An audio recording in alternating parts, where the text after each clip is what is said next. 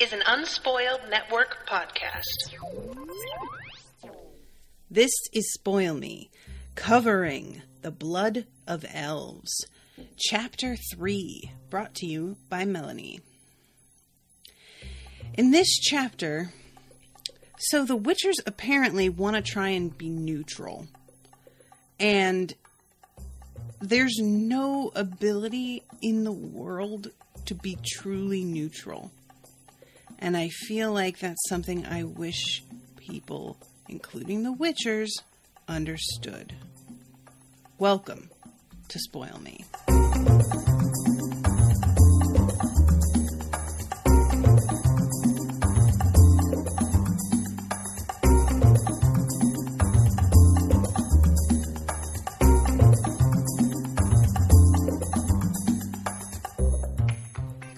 Welcome to the show, everybody. I am Natasha.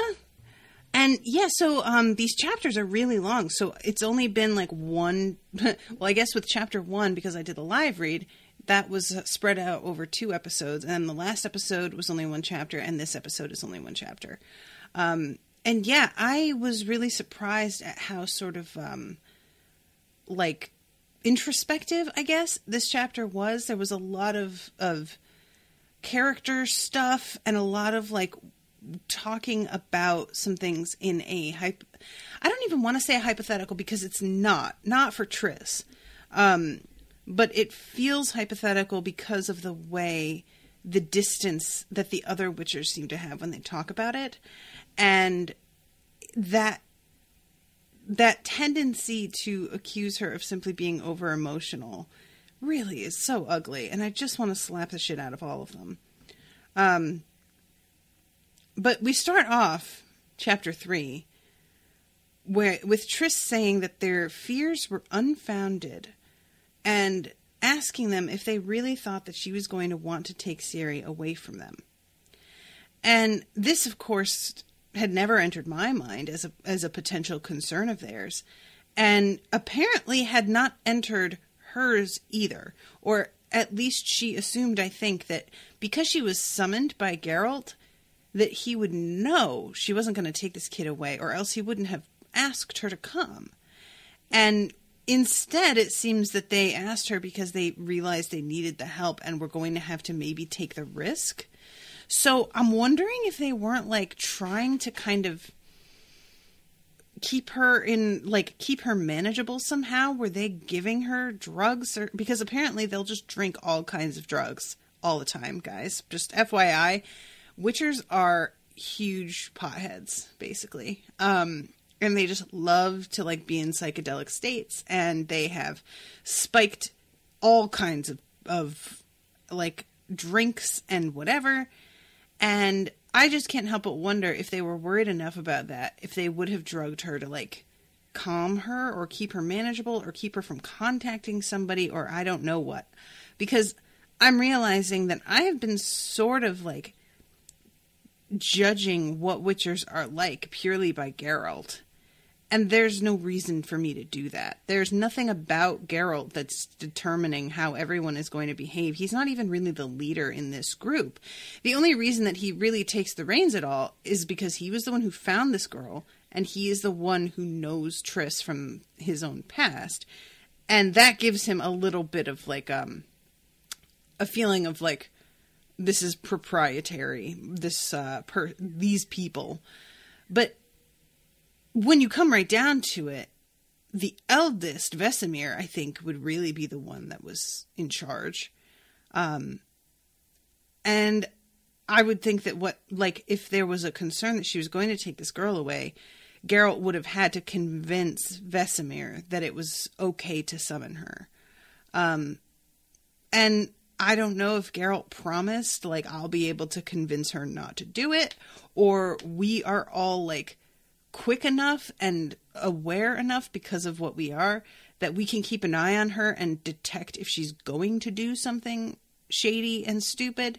I'm just really curious in general about how, like, if they had any sort of backup plan here in terms of how they were going to handle her. But anyway, so she says, did you really think I might want to take Ciri away from you? And there's a little thing here that I feel like, and Melanie is in the chat, but she's working, so she may take a little while to answer. She warned me. But she notices that Geralt is playing with his silver witch medallion. Triss knew the medallion reacted to magic on such a night as mid-invern, when the air itself was vibrating with magic. The Witcher's medallions must be practically humming. It must be both irritating and bothersome. So this is, again, called mid-inverne, which I was able to infer, like, inverne sounds like the Spanish word for winter, mid. So I figured that this was probably the winter solstice, which is usually like December 21st, I think, 20th, 21st.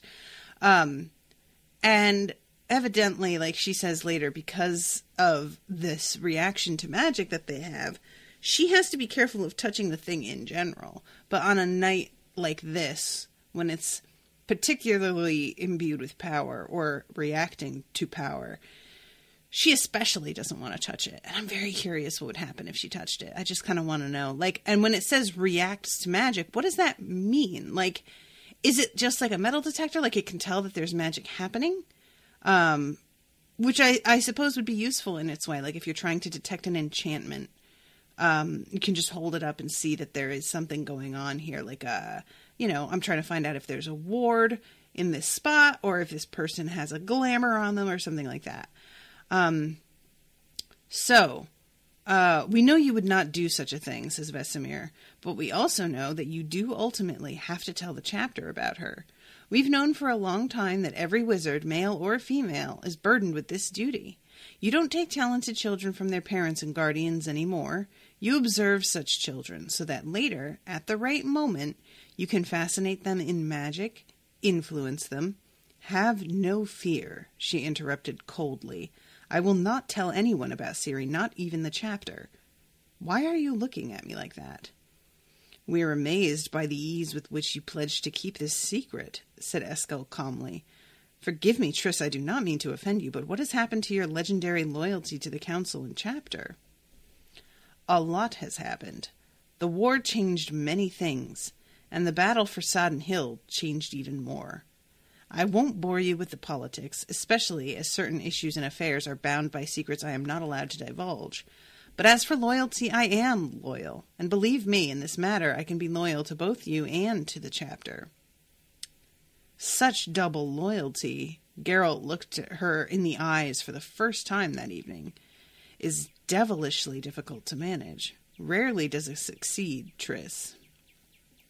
So yeah, this is just an interesting, because I don't know enough about the chapter, right? Like, we haven't really had many encounters with magicians, except for, like, my encounter in the book club version of the book, when he goes and tries to find this dude to help him with the girl who turns out to be, like, analogous to Snow White.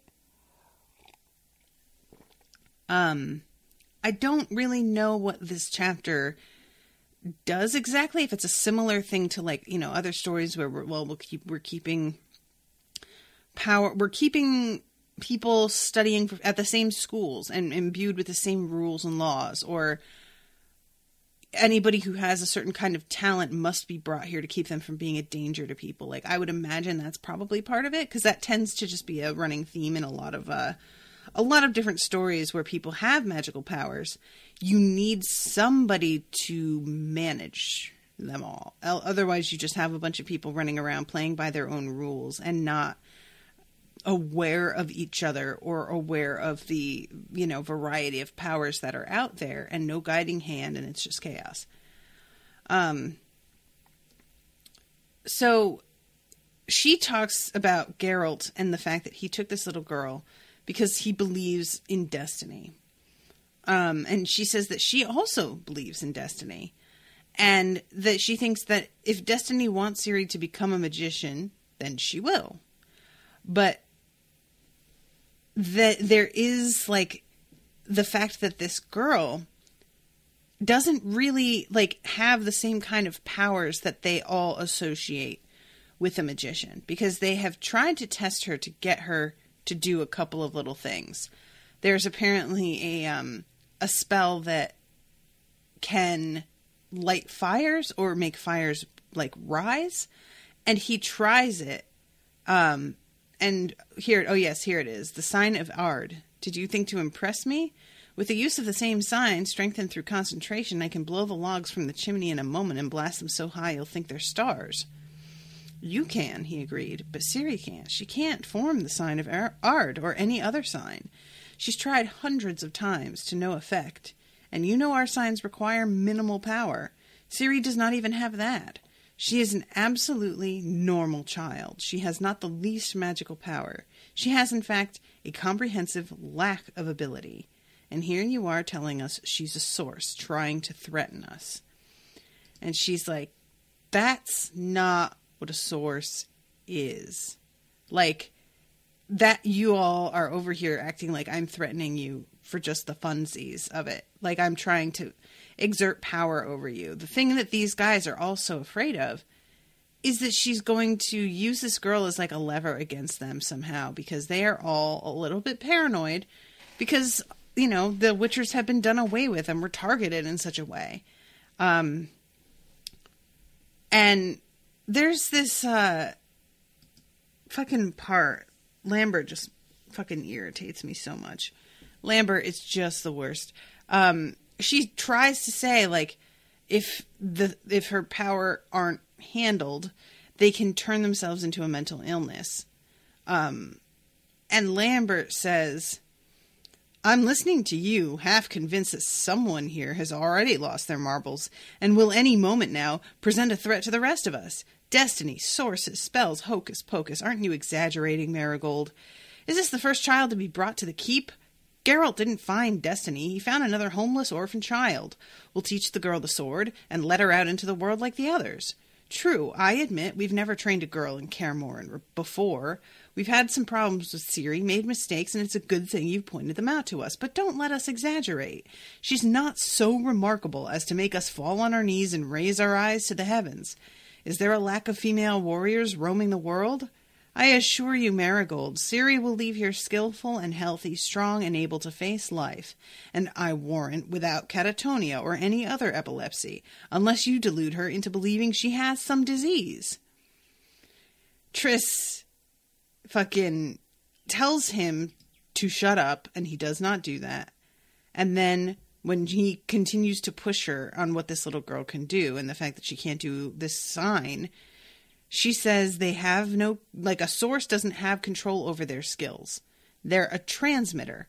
They know how to get in touch with energy. They can convert it, but they don't choose when that happens. They don't pick it. And they will go for a very long time without any sort of, like, issues or problems cropping up. And then all of a sudden, some shit will happen. And it will be incredibly drastic and very dangerous and very sudden and a total surprise. To which he says, you're exaggerating, Marigold. Geralt finally fucking says something because Lambert needs a slap in the damn face. Lambert. Geralt released his medallion and rested his hands on the table. First, stop calling Triss Marigold. She has asked you a number of times not to. Second, Triss is not exaggerating. I saw Ciri's mother, Princess Pavetta, in action with my own eyes. I tell you, it was really something.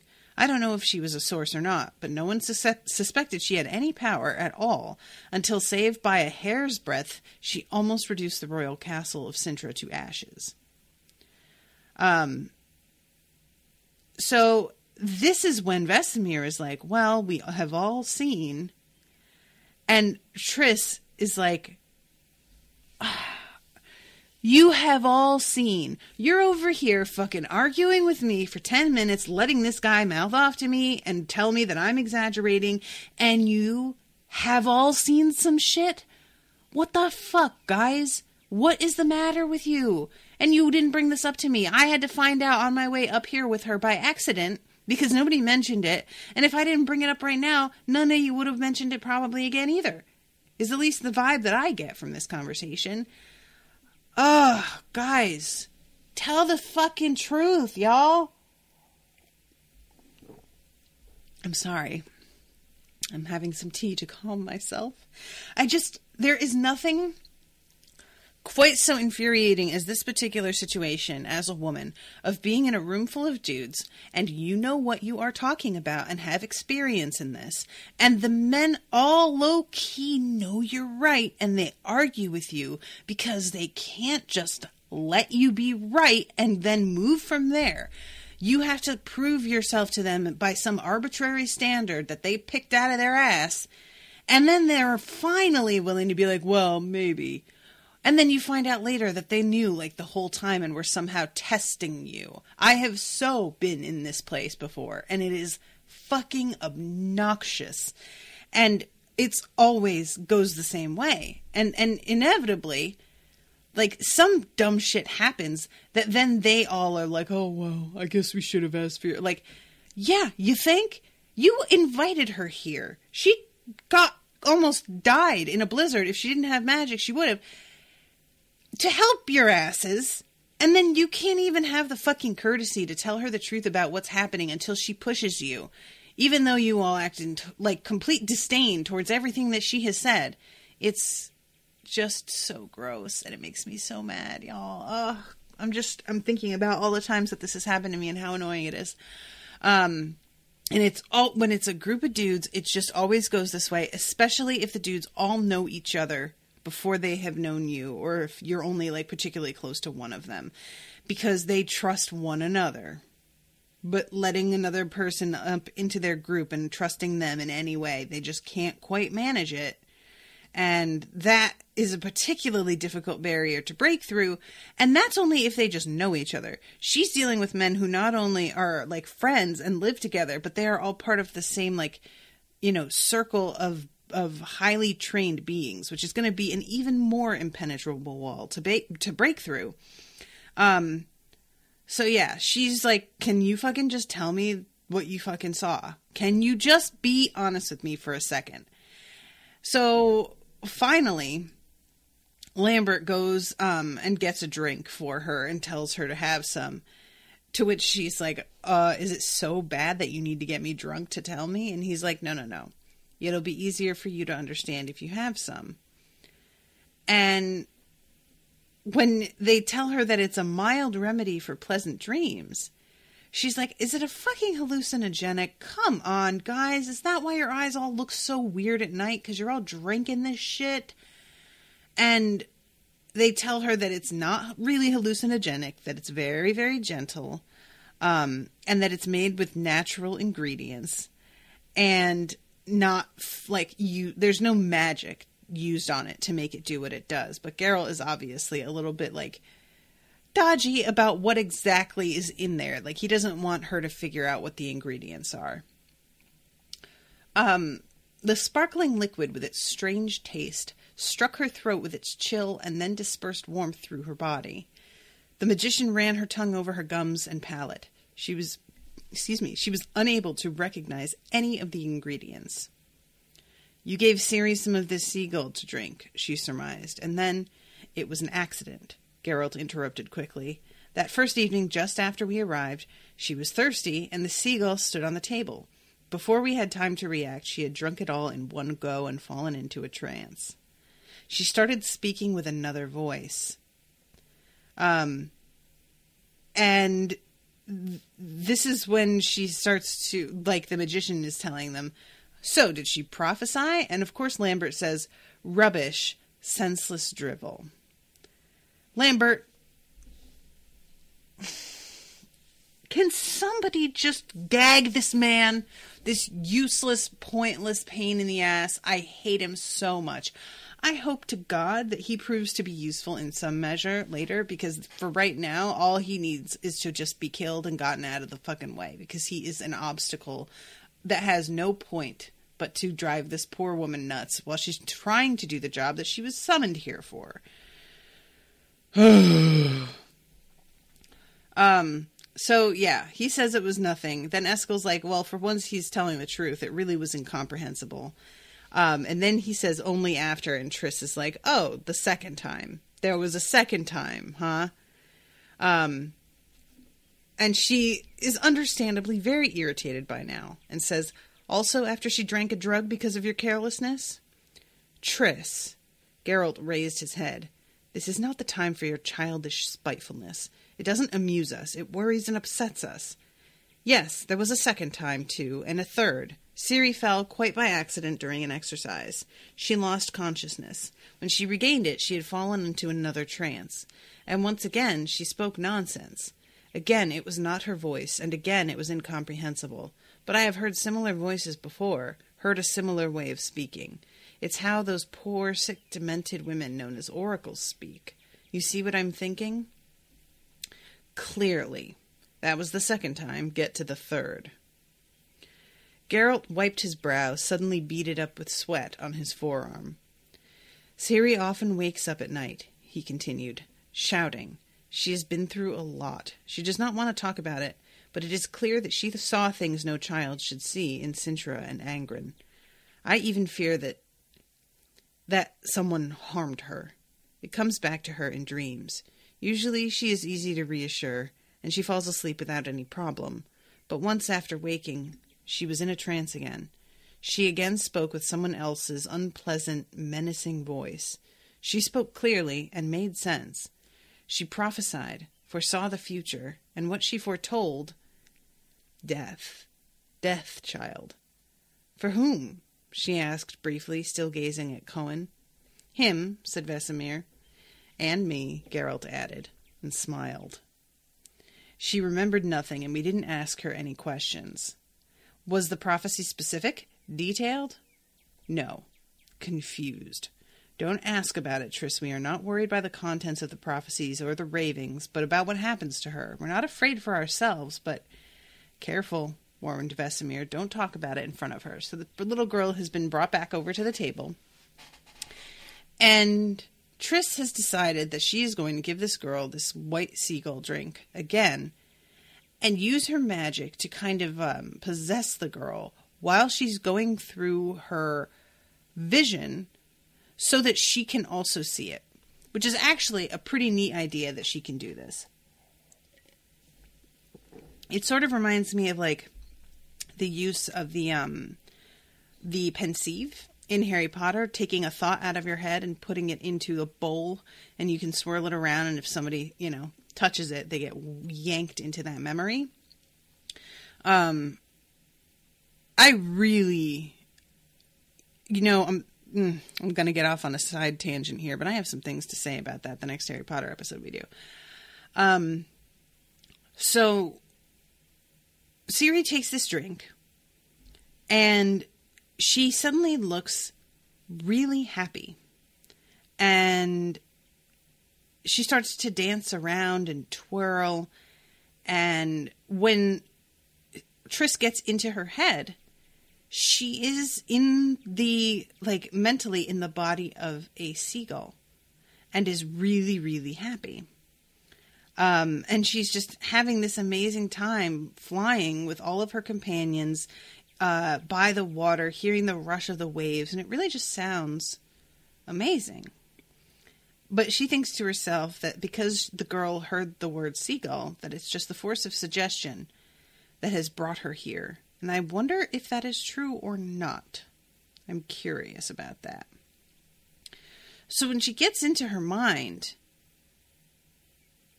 Ciri is calling to her, is aware that she's there, is saying, Triss, Triss. And all of a sudden, the image sort of changes. And this is something like Sodden Hill is where some bad shit happened to Triss. And we get some details a little later in this chapter. She survived purely by accident. It is a real...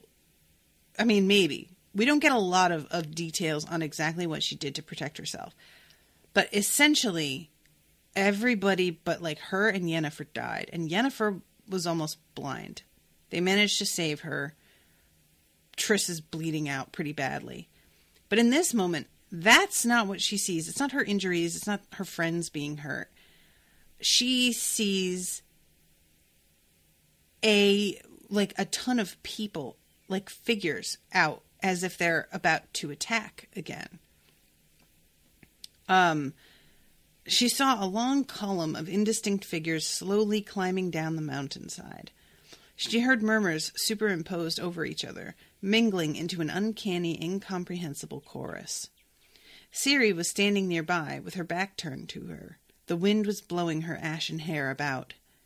The indistinct, hazy figures continued past in a long, unending column. Passing her, they turned their heads. Triss suppressed a cry, watching the listless, peaceful faces and their dead, unseeing eyes. She did not know all of the faces, did not recognize them, but some of them she did know. Coral, Vaniel, Yoel, pox-marked Axel. Why have you brought me here? Why? Ciri turned. She raised her arms, and the magician saw a trickle of blood run down her lifeline across her palm and onto her wrist. "It is the rose," the girl said calmly. "The rose of Sharawed. I pricked myself. It is nothing. It is only blood. The blood of elves." The sky grew even darker. Then, a moment later, flared with the sharp, blinding glare of lightning. Everything froze in the silence and stillness. Triss took a step, wanting to make sure she could. Then she stopped next to Ciri and saw that both of them stood on the edge of a bottomless chasm where reddish smoke, glowing as though it was lit from behind, was swirling. The flash of another soundless bolt of lightning suddenly revealed a long marble staircase leading into the depths of the abyss. "It has to be this way," Ciri said in a shaky voice. "There is no other. Only this. Down the stairs. It has to be this way because... Vies derid eigen." "Speak," whispered the magician. "Speak, child." "The child of elder blood. The white flame... No, the black knight with feathers in his helmet. What did he do to me? What happened? I was frightened. I'm still frightened. It's not ended. It will never end. The lion cub must die. Reasons of state. No, no, I don't want to. Don't touch me." Ciri's face suddenly changed, hardened. Her voice became metallic, cold, and hostile, resounding with threatening, cruel mockery. "You have come all this way with her, Triss Marigold. All the way here? You have come too far, 14th one. I warned you. You will know when the time comes who I am." So, Triss was trying to use all of these spells to figure out who the fuck this voice is and where they're coming from. Spoiler alert, it does not work. And in fact, the effort that it's taking to try and expose who this is like sapping her of strength and kind of like, it seems to be like beating at her psyche a little bit. Like it's almost hurting her, it feels like. And when she says, "Don't touch the child," the voice says she is not a child. She is the flame, the white flame which will set light to the world. She is the elder blood, Henkier, the blood of elves, the seed which will not sprout but burst into flame, the blood which will be defiled, the time of end. Are you foretelling death? Is that all you can do? Foretell death to everyone? You're already dead. Everything in you has already died. And she tries to do one last spell to force this person to tell her who she is. And instead, Ciri seems to come back to herself a little bit and says, oh no, Ciri comes back to herself a second later. That's right. At this point, it says, "Fly," said the voice through the girl's lips. "It is time. Go back to where you came from. Fly on the wings of a gull and listen to the cry of the other seagulls. Listen carefully." And this is where she comes back and says, "Triss, forget about him. Don't torture him. Forget, Triss." So later on, because I was like, I don't know what this means, but later on it turns out that the way that she's going to interpret it, and a way that apparently Geralt also interprets it, is that she needs to drop this whole thing, this hope for getting back together with Geralt and having anything with him.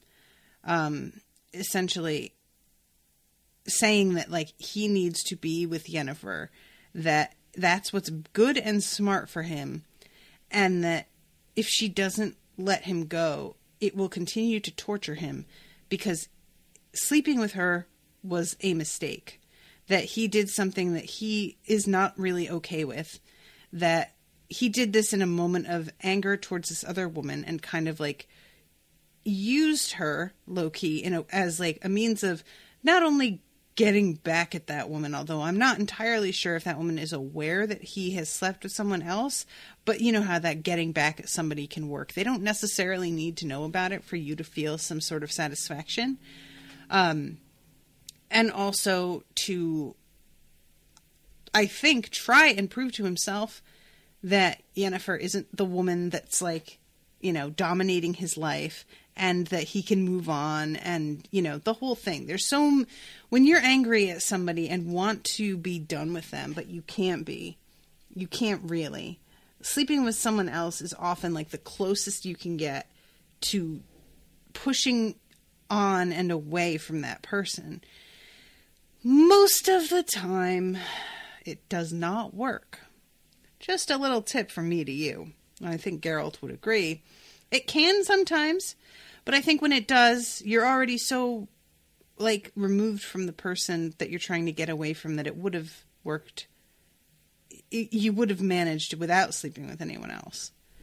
But yeah, so when she finally wakes up, she's in bed. You know, she started this whole, like, possessing this girl thing down in the common room. Living room, I guess. And yet now she's in bed, and she asks him how long she's been out. And he's like, you've been out too damn long. Like, let me just say that. Says that you were asleep the whole time. You didn't say anything. You didn't move. There was no, like, you know, dream talking or anything. And that Ciri, just before she woke up, said something in the Elder Speech that means something is ending. The magician wiped her face with her hand. Geralt, this is a serious matter. The girl is an exceptionally powerful medium. I don't know what or who she's contacting, but I think there are no limits to her connection. Something wants to take possession of her. Something which is too powerful for me. I am afraid for her. Another trance could end in mental illness. I have no control over it. I don't know how to. Can't. If it proved necessary, I would not be able to block or suppress her powers. I would not even be capable, if there were no other option, of permanently extinguishing them. You have to get help from another magician, a more gifted one, more experienced. You know who I'm talking about. Don't resist and don't defend yourself. I can guess why you turn to me rather than her. Overcome your pride, crush your rancor and obstinacy. There is no point to it. You'll torture yourself to death, and you are risking Ciri's health and life in the process. Another trance is liable to be more dangerous to her than the trial of grasses. Ask Yennefer for help, Geralt. And you, Triss? What about me? She swallowed with difficulty. I'm not important. I let you down. I let you down in everything. I was your mistake, nothing more. Mistakes, he said with effort, are also important to me. I don't cross them out of my life or memory, and I never blame others for them. You are important to me, Triss, and always will be. You never let me down. Never, believe me. I will stay until spring, she said finally, struggling against her shaking voice. I will stay with Ciri. I will watch over her day and night. I will be with her day and night. And when spring is here, we will take her to Merlitelli's temple in Elendor. The thing that wants to possess her might not be able to reach her in the temple. and then you will ask Yennefer for help. All right, Triss. Thank you. Geralt? Yes. Ciri said something else, didn't she? Something only you heard. Tell me what it was. So he tells her, and she says that she will give him up, but she won't be able to forget about him. And finally says, but will you stay with me tonight? And he starts to sort of argue with her. And she kind of stops him and is like, no, I mean it. Just stay with me. That's all. Just stay. And he finally says, all right. So she does exactly that. She stays with her all the time. And it turns out that this particular trance is not going away the way the others have. It takes her almost 2 weeks, 10 days and nights. And she just keeps on like shouting in her sleep. She cries and is like holding her cheek. And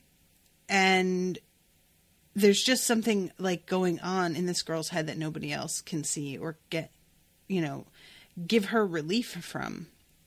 And, finally, she winds up coming back to herself, but it just takes such a long time, and they're all really nervous for her. So then we have a fun thing. I really actually like this a lot. Her being taught how to fight.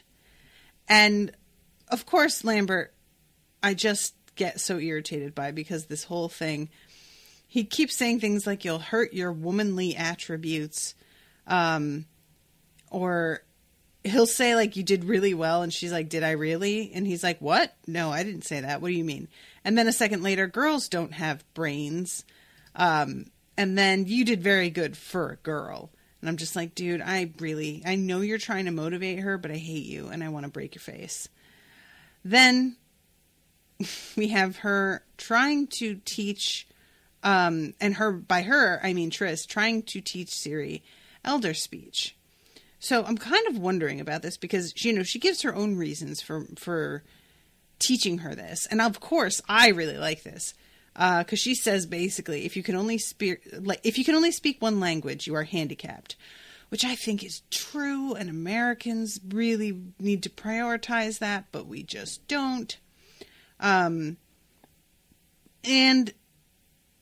I think she may have her own reasons, like maybe seeing if this girl will understand or remember what she said in her trances, perhaps, but I don't know. And finally begins to teach her how to put makeup on, which I don't know how many of you out there listening to this have put on makeup as an inexperienced child, but I assure you that it is hilarious to watch little kids put makeup on. It is amazing. It's really fun. It's funny. And it turns out that makeup is an elvish invention, which I think is pretty neat. We've learned a lot of useful things from the elder people, and we've given bloody little back in return, which, that feels very true of colonizers in this world. So they go downstairs and, there's one moment too where she's still teaching her the elder tongue. We'll tell Lambert to warm the bathroom and we'll take a bath. Again, Lambert says we're using up too much fuel with our baths. Lambert, can me a bath a purse? What? I didn't understand. I feel like that means Lambert can shove that bath up his ass. Or something like this, but I may be wrong, but I feel like it is, and I agree. I wouldn't feel bad if Lambert slipped and drowned. So I enjoyed the little lessons with Lambert, then she gets the lessons here about language and makeup, which, as much as I cringe a bit at the idea of like, oh, from the woman, she learns how to put makeup on. Also, I love using makeup, so it's fine. And then she is talking to Vesemir, and he is teaching her about different monsters. And the one that he's showing her is a corpse-devouring monster. It's a ghoul. This thing is pretty cool, honestly. I'm going to read you this thing. You fight it with silver, bright light, and fire. It's a gravier. A gravier is a type of ghoul. It looks very much like a ghoul, but is considerably larger. He can also be told apart, as you can see, by these 3 bony combs on his skull. The rest is the same as any other corpse eater. Take note of the short, blunt claws, adapted for digging graves and churning earth, strong teeth for shattering bones, and a long, narrow tongue used to lick the decaying marrow from them. Such stinking marrow is a delicacy for the graveheer. What's the matter? Nothing. You're completely pale and green. You don't eat enough. Did you eat breakfast? Yes, I did. Where was I? Remember, because this is important, graveyears, like ghouls and other monsters in this category, do not have their own ecological niche. They are relics from the age of the interpenetration of spheres, which this is a pretty neat idea that I really want to hear more about. Killing them does not upset the order and interconnections of nature which prevail in our present sphere. In this sphere, these monsters are foreign, and there is no place for them. Do you understand, Ciri? I do, Uncle Vesemir. Geralt explained it to me. I know all that.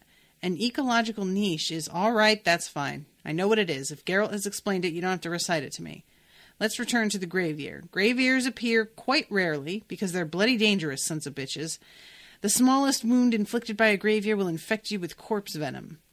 Which elixir is used to treat corpse venom poisoning, Ciri? Golden aureole. Correct, but it is better to avoid infection to begin with. That's why when fighting a graveyear, you must never get too close to the bastard. You always fight from a distance and strike from a leap. So yeah, I really, really, really enjoyed that little bit, especially. And then she moves on, and it's just a lot of character stuff, like I was saying at the beginning of this episode. Everybody teaching her the specific things that they know. We move on then to her getting a lesson from Geralt, and he is teaching her exactly how to spin and how to fight. They're using what do you call it? These pendulums. Pendulums, that's the one. At first, it's a one-on-one fight against a partner. But then she is learning how to deal in pendulums. And it's a really interesting thing because, she's being told to slice up these sacks, but use the pendulums to see the sacks as the delicate spots on the enemy that she has to hit, but the pendulums are their weapons. So she's trying to hit them, but also avoid being struck. And she is treating it very much like a exercise instead of looking at it as a fight. And Geralt keeps having to remind her, this is a fight. That is a weapon. This is a person or a thing. And it's not that you can't let the weapon touch you. It's not that simple. It's that if the weapon touches you when you didn't mean it to, that means you got hit by them. If you touch the weapon when you mean to, that means you use their weapon for momentum or leverage or something. So the goal that you have to try and avoid them entirely isn't always necessarily going to be the smart move. And also, hitting the sack, is what you want to aim for, but you can't hit it unless you avoid the weapon and don't get hurt in the first place. So avoiding the weapon needs to take precedence and then hitting the sack so that you actually are alive to attack in the end.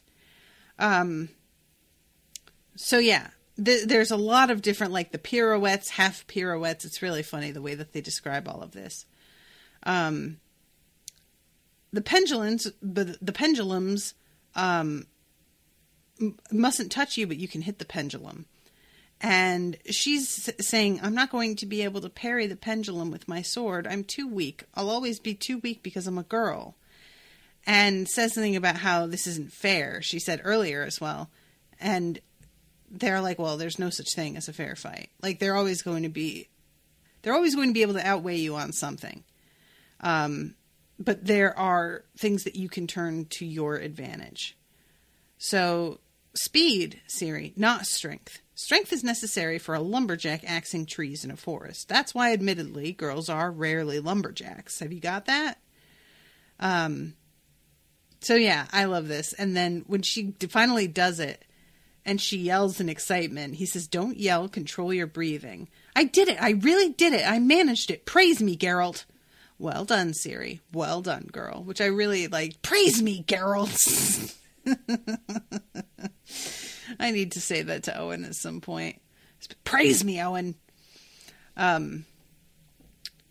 So, this then comes the part that got me irritated. Whatever, forgive me, there's a car driving by outside that sounds like it's never heard of a muffler. Whatever was happening in the world, the Witchers did not want to know. In the evenings, consistently and determinedly, Triss guided the long conversations held in the dark hall toward politics. The Witchers' reactions were always the same. Geralt, a hand on his forehead, did not say a word. Vesemir nodded, from time to time throwing in comments which amounted to little more than that in his day everything had been better, more logical, more honest, and healthier.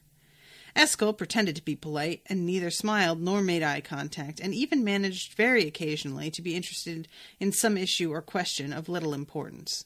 Cohen yawned openly and looked at the ceiling, and Lambert did nothing to hide his disdain.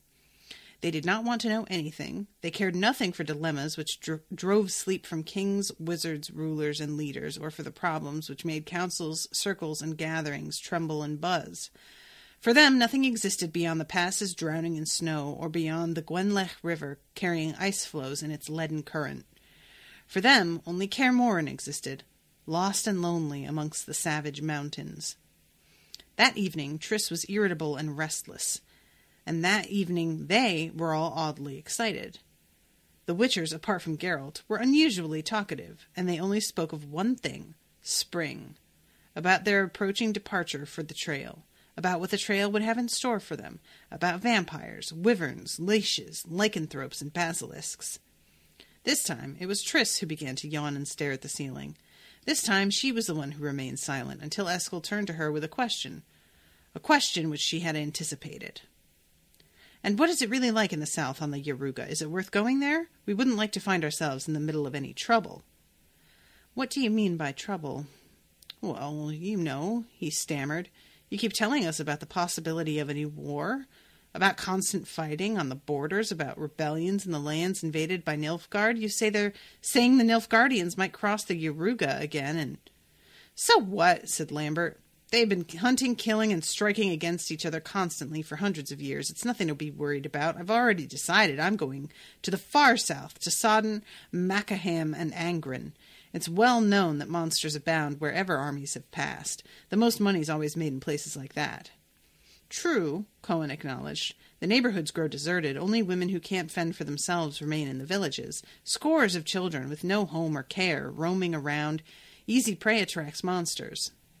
"And the Lord Barons and village elders," added Eskel, "have their heads full of the war and don't have time to defend their subjects. They have to hire us, it's true. But from what Triss has been telling us all these evenings, it seems the conflict with Nilfgaard is more serious than that, not just some local little war. Is that right, Triss?" "Even if that were the case," said the magician, spitefully, "surely that suits you. A serious, bloody war will lead to more deserted villages, more widowed women, simply hordes of orphaned children." "I can't understand your sarcasm." Geralt took his hand away from his forehead. "I really can't, Triss." "Nor I, my child." Vesemir raised his head. "What do you mean? Are you thinking about the widows and children? Lambert and Cohen speak frivolously as youngsters do, but it is not the words that are important. After all, They defend these children," she interrupted crossly. "Yes, I know. From the werewolf who might kill 2 or 3 a year, while a Nilfgaardian foray can kill and burn an entire settlement in an hour. Yes, you defend orphans, while I fight that there should be as few of those orphans as possible. I'm fighting the cause, not the effect. That's why I'm on full test of Temeria's council and sit with Faircart and Kira Metz. We deliberate on how to stop war from breaking out, and should it come to it, how to defend ourselves, because war is constantly hovering over us like a vulture. For you, it's an adventure. For me, it's a game in which the stakes are survival. I'm involved in this game, and that's why your indifference and frivolity hurt and insult me. We're witchers, Triss. Can't you understand that? What's there to understand? Everything's crystal clear. You've chosen a certain attitude to the world around you. The fact that this world might at any moment fall to pieces has a place in this choice. In mine, it doesn't. That's where we differ. And when she says we can watch it happen and do nothing, or we can counteract it, Geralt says, how? With our emotions? And she says, basically, there's a bunch of back and forth here, but it ends with, you forget that I know you, so don't play the unfeeling mutant, devoid of a heart, of scruples, of his own free will, in front of me. And the reasons for your bitterness I can guess and understand. Ciri's prophecy, correct? And he's like, no, that is not why. I know that I'm going to die. I'm not afraid of death. I mean, I know more than anybody.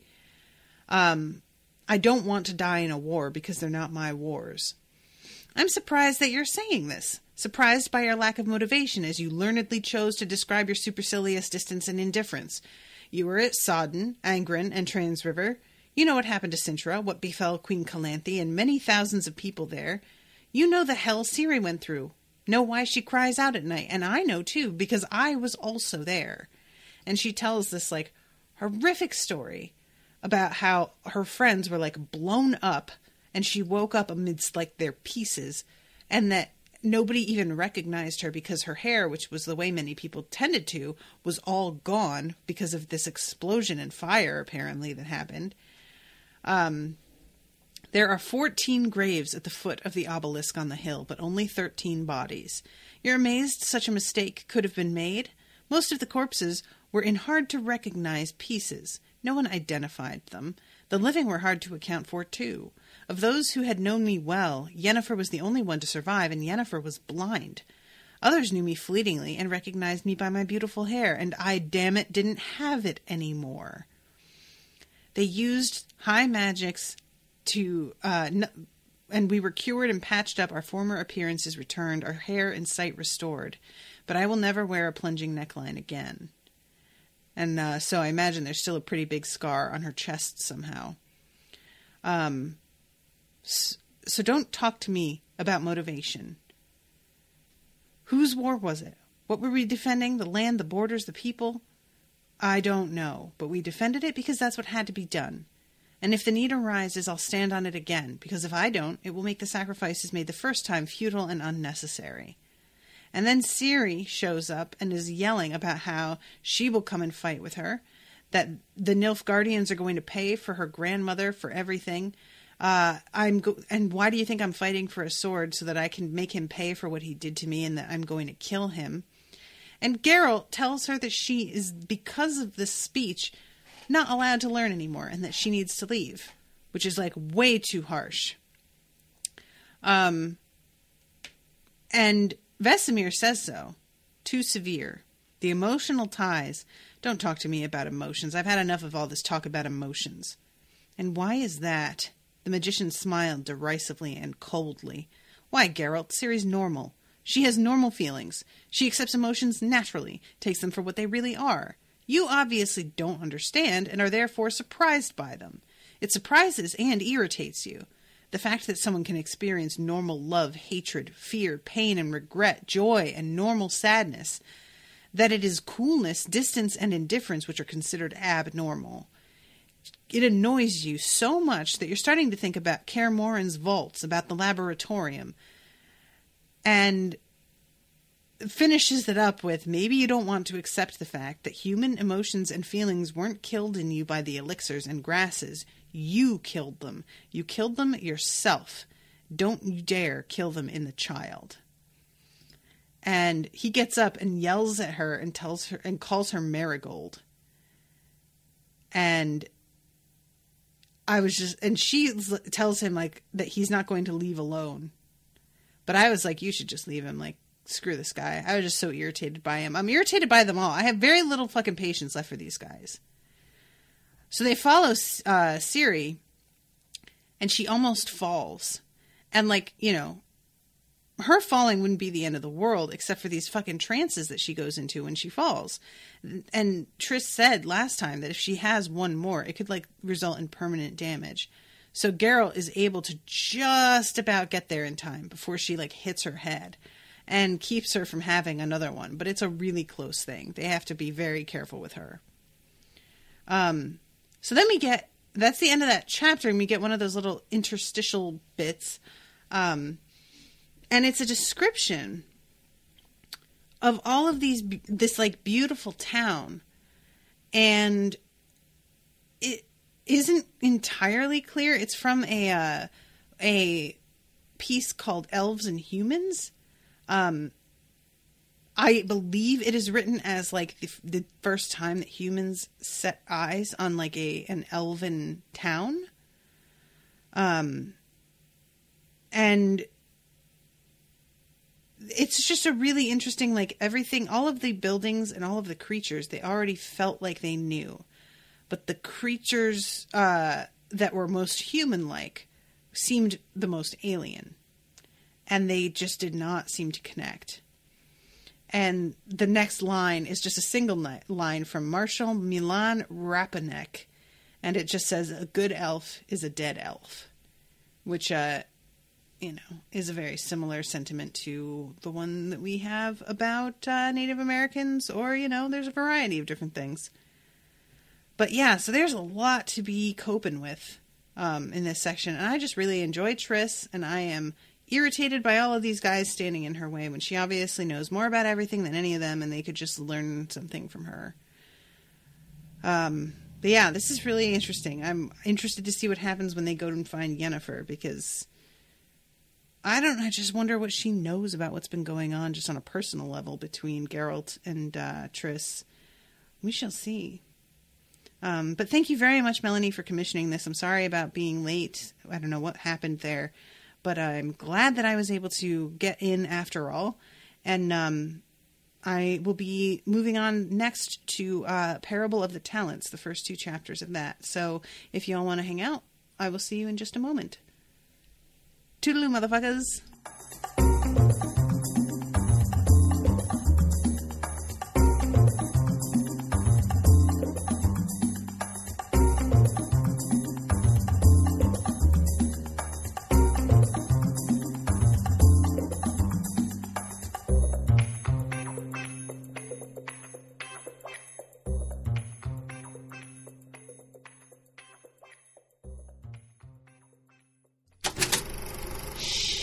That was an Unspoiled Network podcast.